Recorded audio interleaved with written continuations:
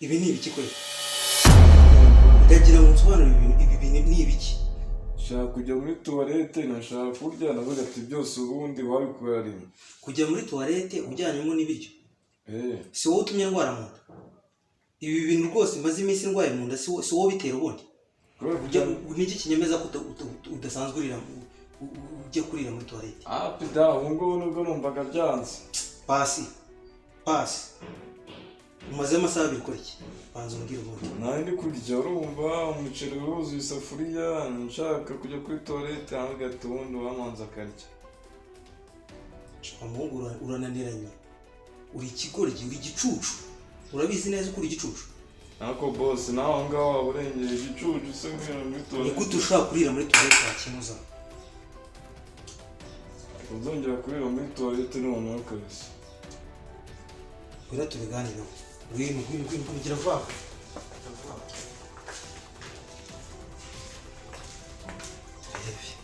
Reba hano. Barumbwira ikibazo ufite. Tuganire nk'umuntu w'umugabo, urukumva? Uyu munsi ndashaka kumenya ikibazo ufite iyi minsi yose. Umaze iminsi unkuroga mu mutwe mwihorera. Ubwa mbere urabizi ibyo wakoze. Ubwa kabiri ngusanga uri kunywa inzoga. Ubwa gatatu ikibazo ngo kibaye cyo kurira muri toilette. Hanyuma ibiryo wanzaniye ku mufuniko wize ubyibarirwa kano kanya. Aya ni amafuti yose umaze iminsi ukora. Abyirengagiza nka kwihorera. Arajya gushira iryo ku gafuniko byo kari agatwiko tuzagira ngo n'ibindi. Agatwiko uri kunyiniraho ibyo bintu se? Nge ibyo bintu byanyu ngenda bizi ngewe. Ko gutwika kangeza nkora. Ajya nazana ku isahani. Akuramenyera wa cyana we. Ajya nazana ku isahani. Icya kane reba ibintu nkoreye. Tumye njya mu baturanyi. Tira toilette. Fite toilette. Umazemo amasaha abiri urya. Sinagenda kubwira ngo ndaje nanjye numvaga byanze. Oya. Ndashaka unsobanurire ngewe. Menye ngo ntunze umusazi mbana n'umusazi urukumva mbimenye. Ibyo bindi byo nta excuse ni nshaka kumva. Nta kintu kimwe ushobora kumbwira ngo uri kumva? Hapi ndi muzima. Sobanurira neza akantu ku kandi. Nge ndashaka kumenya ikibazo ufite icyo ari cyo. Muzima da. Hanyuma ibyo ukora ubona ari by'abantu bazima.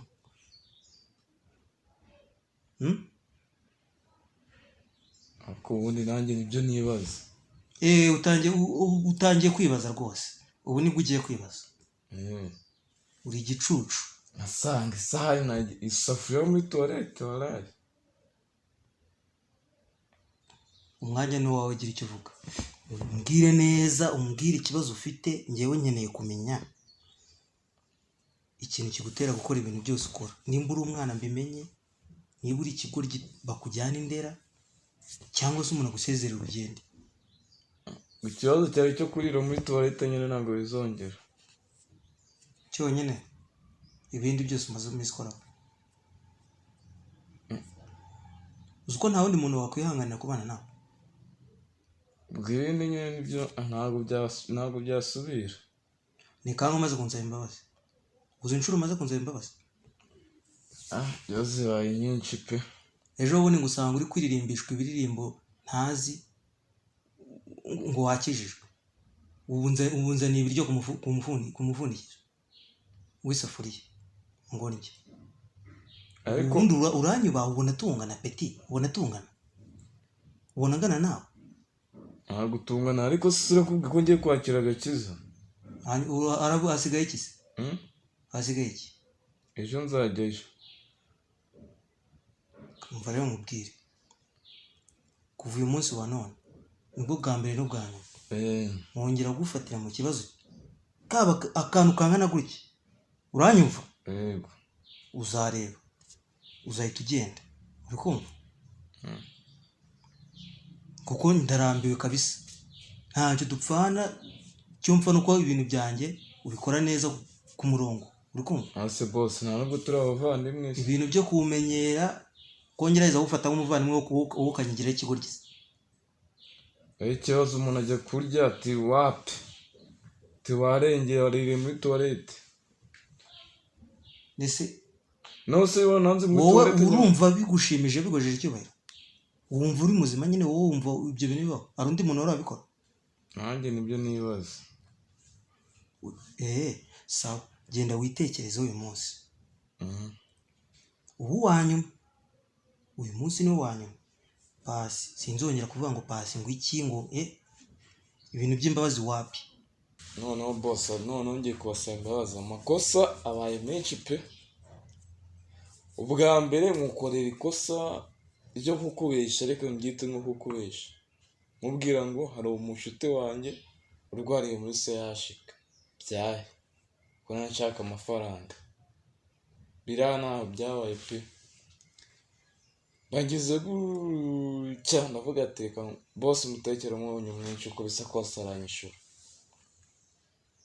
nko kubitiramo umunyu buriya ni ibintu usona nagutekeye muri biriya biryo pe nakubesha,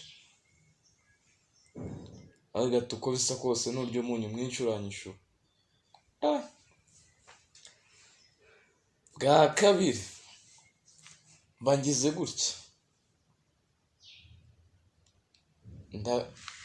avuga ati nyine unyishure aya mafaranga wamaye, nta kindi kintu nawe kuyamaza byo kujya mu bitaro nawe nakubesha, buriya nawe se nyanywera mpita ndangira burundu. Aho ngaho nibwo nabonye ubusinzi bukabije, gati buri wakisubira, buriya nawe numa ibiryo ndi muri hangover. Noneho mpita narurira ku mufuniko, ibazaho inzoga, umufuniko w'isafuriya ukawubonamo isahani. Buriya ni ubusinzi. None ubu ngubu ko nangize yajyana isafuriya muri toilette, nanjyanye isafuriya muri toilette ni kuvuga ati ngende ndiremo. Hari ahantu nangiye kujya navuga ati nsohokere rimwe naza gukerezwa no kurya, none dore uko bigenze bibaye ingaro. Mumbabarire pe, mumbabarire.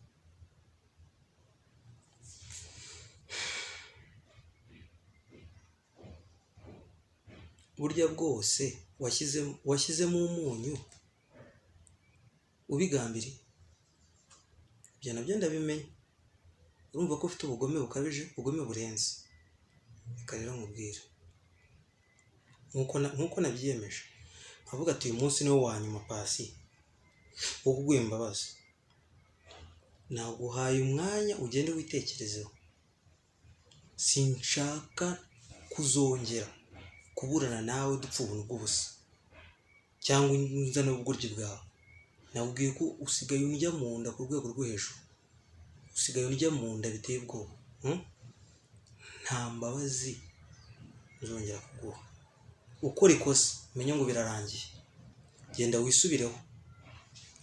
Ubugome bwose wankoreye, amafaranga n'ikazi kawe n'ubundi uba wakoze wayapfusha ubusa. Ariko icyo nashaka uzajya unywera inzoga mu nzu yawe, kumva ibyo birakureba, ukumva. Genda wowe witekerezeho wowe wenyine, uhinduke. Nudahinduka ni kazi kawe. Ukora ikosa rero kidogo, ntabwo ari wowe wenyine, n'abandi barahari, hazaza abandi bakora, ukumva.